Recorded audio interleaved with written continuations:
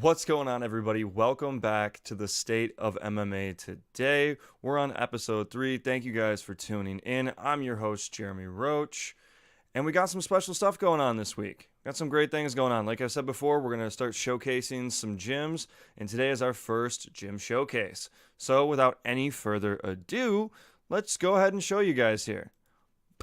There you go, the power of the green screen studio here. As you can see the little logo up behind my head, that's TDC MMA and Fitness right here in Chicago.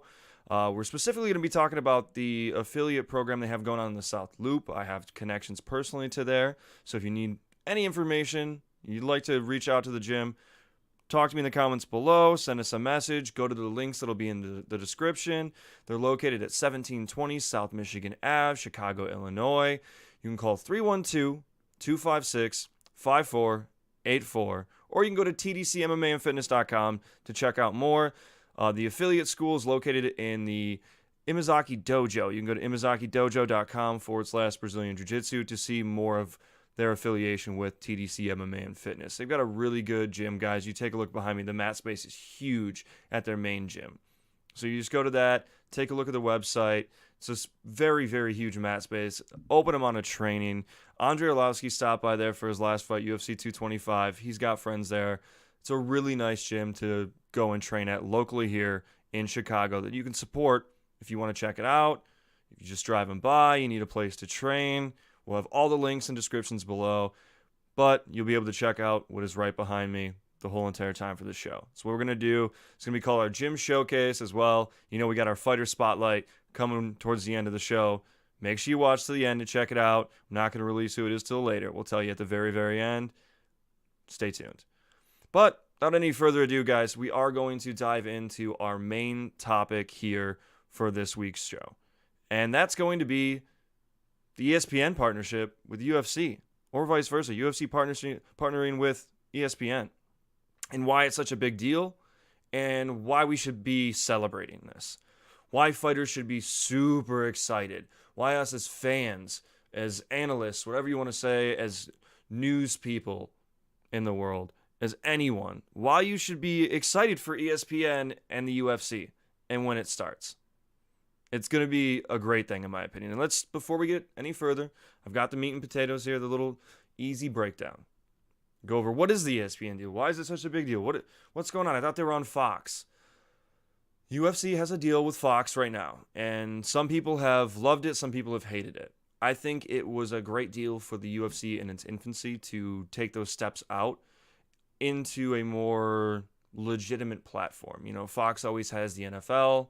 Everybody loves football. So it was a great little step. Everybody thought it was going to be a good thing. It just didn't feel right. It felt awkward. Being promoted on Fox at the same time as the NFL, and you know some of that is going to cross over, but most of the stuff's on FS1, and that's newly launched, and it's not really a standard thing. You're not going to FS1, at least most people weren't. Maybe more so are now, and they will, because Fox just got WWE's deal. So that's pretty cool for them. So hats off to Fox. You're going to have something great. But it wasn't quite right for the UFC, at least in my opinion. Some people liked it. FS1, the FS2, you just felt like it was the shunned little brother of sports on the Fox card, in my opinion. They didn't have a lot. They had some bangers in the beginning, some really great cards with Cain Velasquez on just regular Fox. But then those cards became few and far between, and it was on FS1. UFC on FS1. And I don't have to tell you guys any more so than like saying the joke. That's like being on ESPN the Ocho. Yeah, right. It's like watching badminton on ESPN. Okay, yeah, it's there, and I'm glad ESPN's covering it in lacrosse, and they're giving some light to it. But for Fox, it was even worse because nobody really knew what was going on.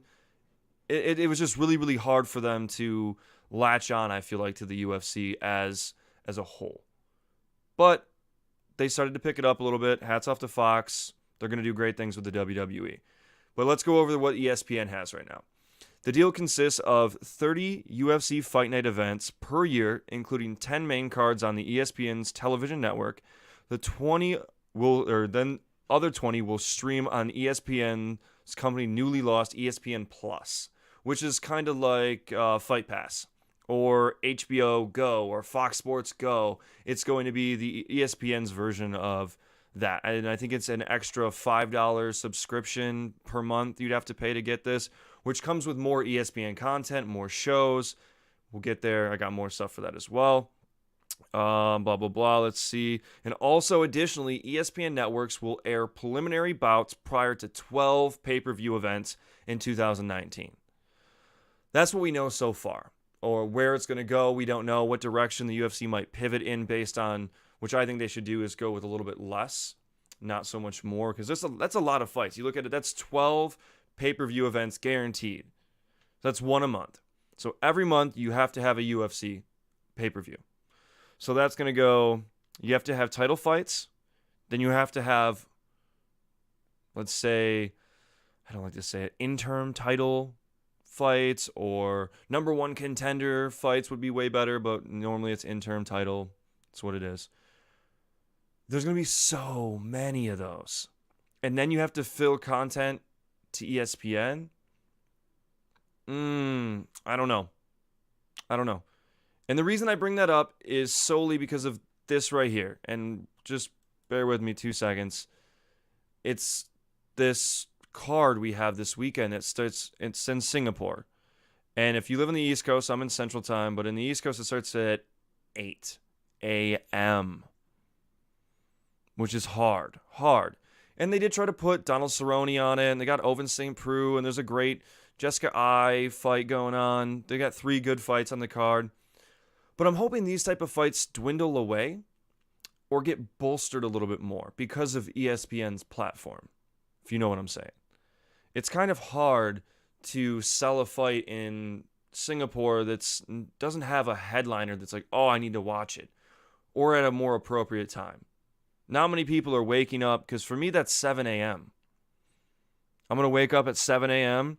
to watch the main card. You'd have to wake up at 4:30, which would be 3:30 in the morning, to watch the prelims. It's kind of hard. I hope ESPN makes it more legitimate for the UFC. So let's get into, we know the deal. We know what's coming on. It's going to be great because before the pay-per-views, you're going to be live on ESPN. And if you don't know what that brings to you, that is a sports-dedicated service and program. If you're on ESPN, they have shows for football, for the MLB, for NASCAR, for everything. For hockey, they have analysts that come on. You have their morning talk shows that get huge ratings, and Fox had some of those, and you can argue, what about Colin Cowherd? He was a great, yes, that was awesome. Nothing against that, and they're still going to talk about him, and Skip Bayless is still going to talk about him over on Fox too, and you're still going to have MMA. But now, ESPN brought on Ariel Helwani. They already have Chael Sonnen. They're going to have their own show. Ariel's going to have his own show. So now there's going to be more content for MMA on ESPN, which is a sports network, you're going to have everybody who wants to know about sports or maybe is interested in finding something new. It's the off season of the NFL. What can I go and see? What can I go and watch? What's coming up next? It's a great fight card coming up. You got DC versus Stipe Miocic.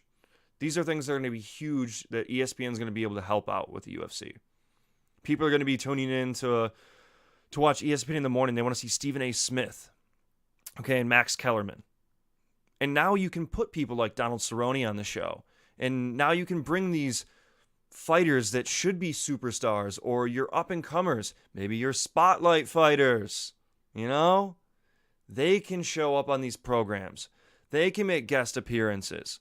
Every other sport does it, and the UFC doesn't have all of that. The only time you saw it really was Ronda Rousey, maybe you get a Conor McGregor, a Brock Lesnar, maybe a John Jones. This doesn't take away from your analyst position with like Daniel Cormier and Dominic Cruz. I would love to still see them have the positions and added to the ESPN crew because you're just going to see more. And this leaves more for potential growth with the UFC. Let's see you have Zuffa Boxing start, and it's affiliated with the UFC as another program. That can also be on ESPN now. These are just thoughts. These are thoughts of what's going on. Just saying. My biggest thank you is it makes the UFC more legitimate than ever before. If you're a fan like I was when it was the UFC on pay-per-view that could barely be on pay-per-view because no one would touch it because it was human cockfighting, and now you're on ESPN. You're on the biggest sports entertainment platform, period. No one can argue that. If you want to go find sports news, everybody knows, da-na-na, da-na-na. What are we waiting for? Sports Center. You know who's going to be on Sports Center more? The UFC. You want to know why? Because they have a partnership. So you're going to see MMA highlights more. You're going to see UFC highlights. No longer are you going to see an occasional spinning back fist or whatever. You're going to hear your fighters, your champions being talked about. And not only do they have that outreach, but they have the outreach in other countries that Fox doesn't have. So when they're broadcasting and you want it in different languages, that's ESPN's been doing that forever. What are we doing here? You can get an ESPN broadcast of a Russian soccer game in Russian if you so want to, see fit in your life. That's only going to help the UFC. That's only going to help them succeed. They're going to help it. It's just another platform that's going to make them grow. And that's just for the UFC. Now let's talk about what I hold dear, the fighters. The UFC is always going to be around, or a UFC-like. The fighters. What does this do for Donald Cerrone? What does this do for Demetrius Money Mouse Johnson? What does this do for, Amanda Nunes? What does this do for Valentina Shevchenko? Or Leon Edwards, the guy that Cerrone's going to be fighting. What does it do for them? Sponsorship deals. ESPN brings a big spotlight, and with that big spotlight brings even bigger sponsors that the fighters are going to get money from. And not all of them are going to get certain sponsors, like the Monster Energy drink fighters. You're going to get select and few, but there's that opportunity now, and there's going to be way more. Some fighters are going to be sponsored by this. Some fighters are going to be sponsored by this. Some fighters will be sponsored by that. I don't have examples, but you never know. Here's Target. Here's KFC. Here's Bud Light. Here's this. On a bigger platform. Much, much, much, much bigger platform. ESPN has all of the outreach you can possibly want for a sport. You had Reebok. Now you're going to have Nike vying for a little bit more against you. Maybe Adidas, maybe Puma, different clothing lines. They want to be branding options. It's just going to be more because you have more eyes watching. The only question I have is what's going to go on with Fight Pass, because with ESPN Plus, this is the company's newly launched streaming service. Additionally, is going to have the 20 other events. So is that going to be like a simulcast with Fight Pass, or is Fight Pass going to like meld together temporarily? I don't know how that's going to work. I'd really be interested to see how they're going to do that. That's part of it there. The other part, it's a little dicey. Some fighters are fighting for it. Some are very quiet. They're not sure what they want. But I think what ESPN is going to bring to the fighters and to the UFC is debate, and a lot more open debate. So right now you've got a lot of podcasts. You've got your Joe Rogan. You've got your Fighter and the Kid. You've got your Unfiltered with the UFC. You've got Believe You Me with Michael Bisping and all these other guys out there. There's so many more. They're talking about what they think the sport should do and the growth of the sport and the entertainment value of fighters. That they're always trying to push it in the right direction. And now you're going to have ESPN talking about it. When something happens like what happened to Leslie Smith, ESPN doesn't really have to cover it. It's not that big of a deal to them.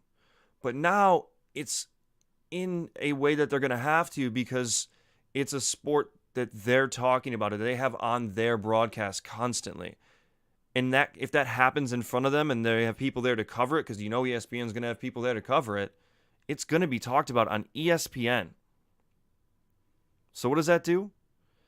It gives the fighters the ability to collectively bargain. That means they're going to be able to talk about their wages a little bit more. They're going to be able to possibly get a fighters union together. And that's great. That's amazing for all fighters. From your first time in the UFC to your veteran. So what happens after I retire? What do I get? Do I get an email and a pat on the back and a thank you? Because they want to say, oh, well, he didn't make an impact like Conor McGregor made, so of course he doesn't get all these things, or of course he doesn't get treated like Chuck or Forrest Griffin does. Still doesn't mean that their health and what they did try to do for the sport wasn't enough to get a health insurance package or some sort of severance or help or coaching. I'm sure the UFC, and Dana White talks about what they do in their developmental program and the way they're going with things in the UFC, and I think it's all for the better. I don't think they're still stuck in the past. I think they are going to do better things, but what ESPN brings to this is some more spotlight and light on the situation of what fighters are going to be going through. You're going to see a lot of the things that you saw on the UFC video blogs of Embedded before. You're going to see that on ESPN now. You're going to see it on Ariel Helwani. You're going to see Chael Sonnen talking about it.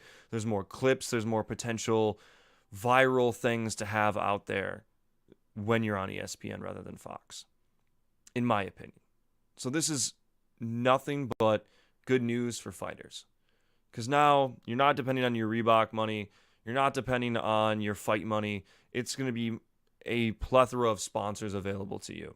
Or at least in what I think should be happening. There's going to be a pool of sponsors out there that ESPN has. It's going to go, look, Wheaties might be the worst option for Donald Cerrone, but we got all the Budweiser and Harley Davidson like they already had before. Let's add on to that. Pick anything they have for NASCAR. Pick any type, Craftsman, or I'd have to look at it. You know what? Let's take 2 seconds and type in sponsors for ESPN and see what we come up with. Because in all reality, that's going to be the biggest deal. And it's also, forgot. They're partnered with the Disney Corporation as well. You know that, right? Disney Network. So, gear or merchandise, action figures, things of that sort could be in our future. But let's just look at the ESPN Wide World of Sports complex sponsors. Just to sponsor that. Just to give you a few of like what type of potential sponsors could be part of the UFC. Apex Sunglass Hut, Champion, CM Hospitals, Chiquita, Dannon, Marathon, HP, Jif, Toro. This is just sponsoring one event that ESPN has. Okay? So those are potential sponsors that might reach out and sponsor the UFC. There's a water company. The UFC has body armor. Why not reach into this? Your partnership with ESPN. Let's go. Hey guys, let's work together. Let's make something happen. Let's do this. This is one of the best moves the UFC has made in their entire career.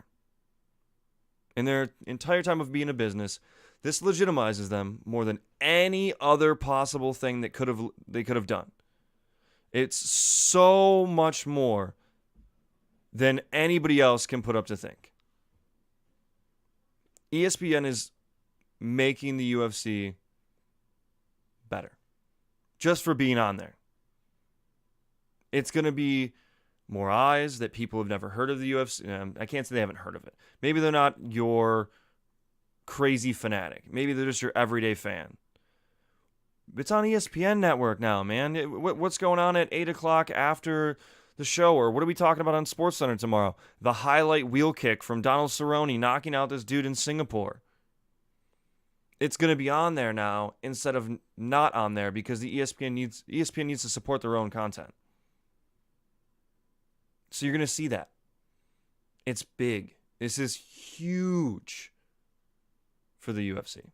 And it's huge for the fighters. Huge for the fighters. you can see a fighters union coming soon. The moment that Stephen A. Smith hears that there's no collective bargaining and what should they do, and they're partnered with UFC and ESPN, and this is what he thinks, and Disney's involved, and the fighters and their families, and boom, all of a sudden you have a fighters union.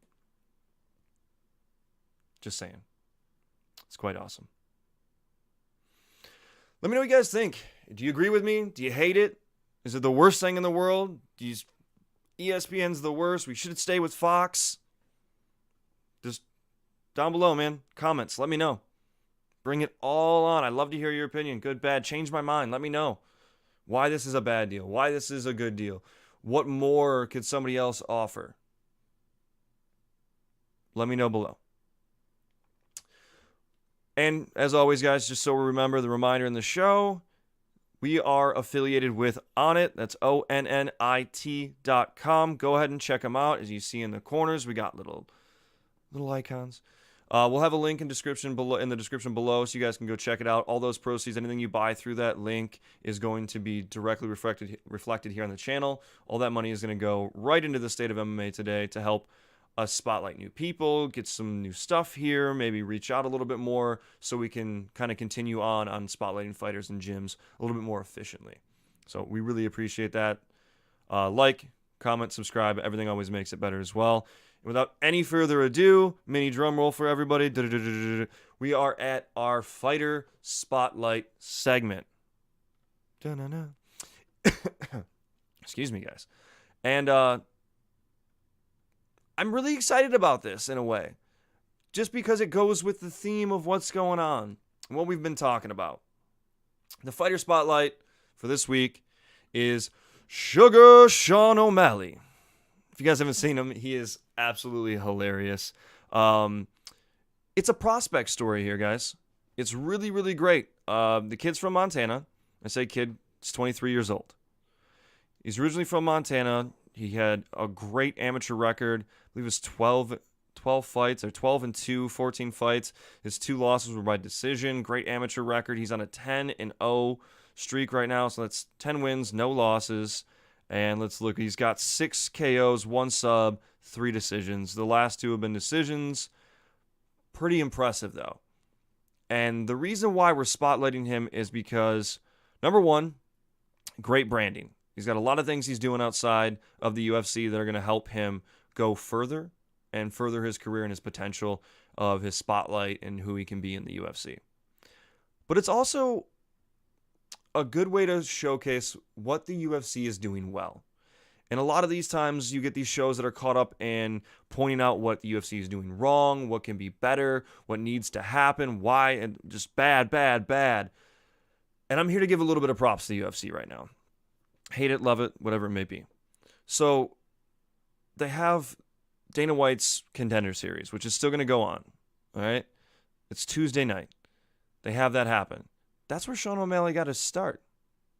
That's where he got his big spotlight and showcase. And got his, just, everybody kind of started talking about him a little bit more. Right? That's a hats off to the UFC.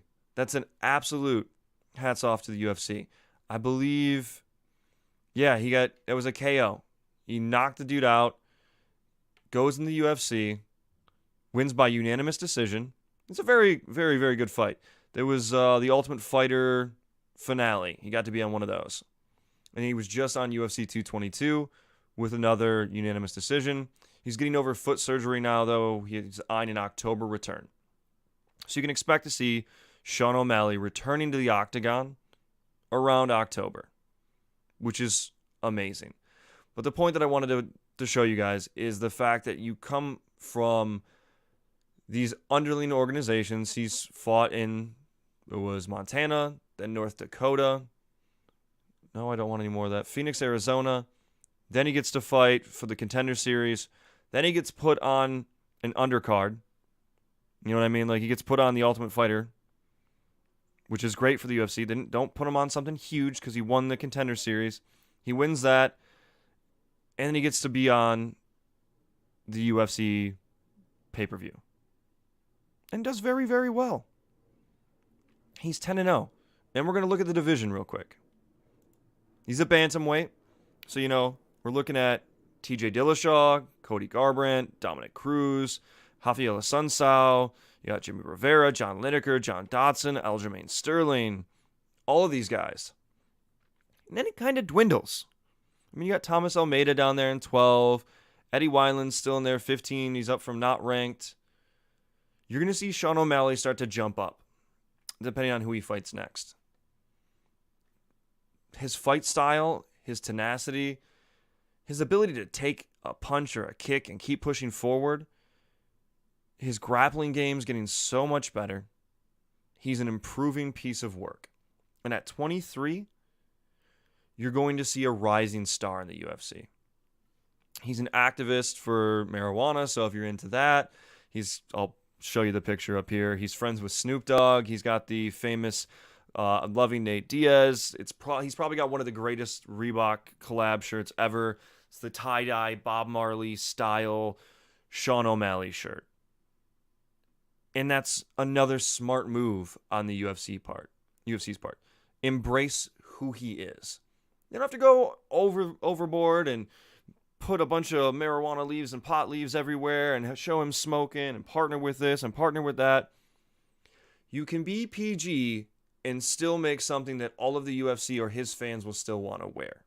And they'll still want to buy from their merchandise side and only grow in his popularity. If you didn't see his episode on the JRE, I would go check that out. He was recently on Joe Rogan. One of my personal favorite things to talk about, and I didn't even know this until I started looking this up, is he actually, Sugar Sean O'Malley, just joined on June 6th, 2018 with Optic Gaming. So that's pretty cool. That's kind of like Demetrius Money Mouse Johnson doing his Twitch thing and streaming. And if you didn't check him out, Sean O'Malley was at the Fortnite Pro-Am for E3. That's an electronic gaming event in Los Angeles, California. If you haven't heard of it, you've been under a rock when it comes to electronics and gaming. Check it out. But he's in the Fortnite Pro-Am, which was live on Twitch, which hit over 2 million viewers. And the guy he was partnered with, they won one of the rounds. He got to be in front of all of these other viewers that might not know who he is or why he's there. And he kind of shined a little bit because the guy he was partnered with barely spoke any English. So that kind of showcased him a little bit more. He was able to kind of come out with his personality. I think that he's a smart young kid who knows what it takes to be a champion, wants to become a champion, wants to have all the eyes on him, and he wants to put on a show. I think he's got a wheel kick knockout or a spinning kick knockout. What more do you want from a fighter? He's got a long way to go. He's got a hard road in front. But when you're looking at TJ Dillashaw and Cody Garbrandt and Dominic Cruz, who's well on his way out, and you got Assunção who's probably on his way out, Jimmy Rivera's new, John Lineker, you got these John Lineker, power puncher, John Dodson, power puncher, grappler. If he can get past those guys and take their punches, he wins that fight. He's more technical. He's more skilled on the ground with his submissions. I think that he just needs a little bit more refining, and he'll be just fine. If you want to go check him out, guys, we're going to have his links to his Twitter and his Instagram below. Probably not Facebook, just because a lot of the people's Facebook pages aren't run by them. They're run by other people, or they're just fan-based sites. So a lot of the stuff you're going to see is going to be links to people's Twitter, people's Instagrams, because they do run and post that, and his Instagram it's pretty fun. Again, that's Sugar Sean O'Malley, guys. I think he's got a lot of potential here in the UFC. He's going to go for pretty far. You could see him moving into the 145-pound division, possibly, depending on his weight. He could also, I don't know if he could drop down to 125. He's a little big for that. He's a little tall, a little lanky for that division, but 10-0. 10-0, guys. And the UFC's doing it right. And this just goes to show you that him with ESPN, now you have the Contender Series, now you've got the growth with Sean O'Malley going up into a pay-per-view. If the UFC does this right, and they have these fights on ESPN, you could see maybe fighters not being fed, but not being rushed as much. Because you can still grow talent and grow your star on ESPN. You no longer need that pay-per-view. You no longer need to be the star on the head pay-per-view, if you're blasting guys and knocking them out and doing wheel kicks on ESPN on a Friday night, you got a lot of eyes on you. People might just tune in because, hey, let's throw ESPN on. I know I used to do it all the time. This is another way that Sean O'Malley is going to get even more light.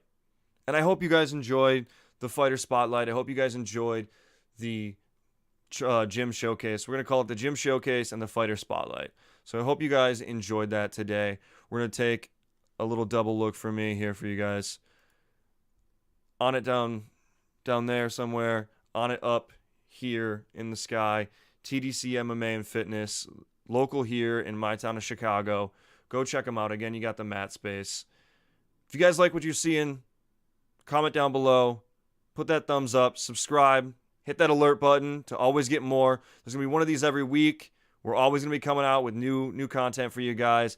Different from your other MMA shows. We're not going to talk about the boring, the run-of-the-mill, the stuff you barely care about, the drama. I want to tell you guys about the exciting news for the community of MMA. The good things, the bad things, what fighters you need to know about, what gyms you might want to go check out when you're in the local areas or wherever you may be. If you guys have any gyms that you need to spotlight, you want to shout out, you got a fighter in mind, below, DM me on Instagram, Twitter, send me something. Let me know, guys. I'm right here for you. Again, this has been the State of MMA Today. I'm your host, Jeremy Roach. See ya.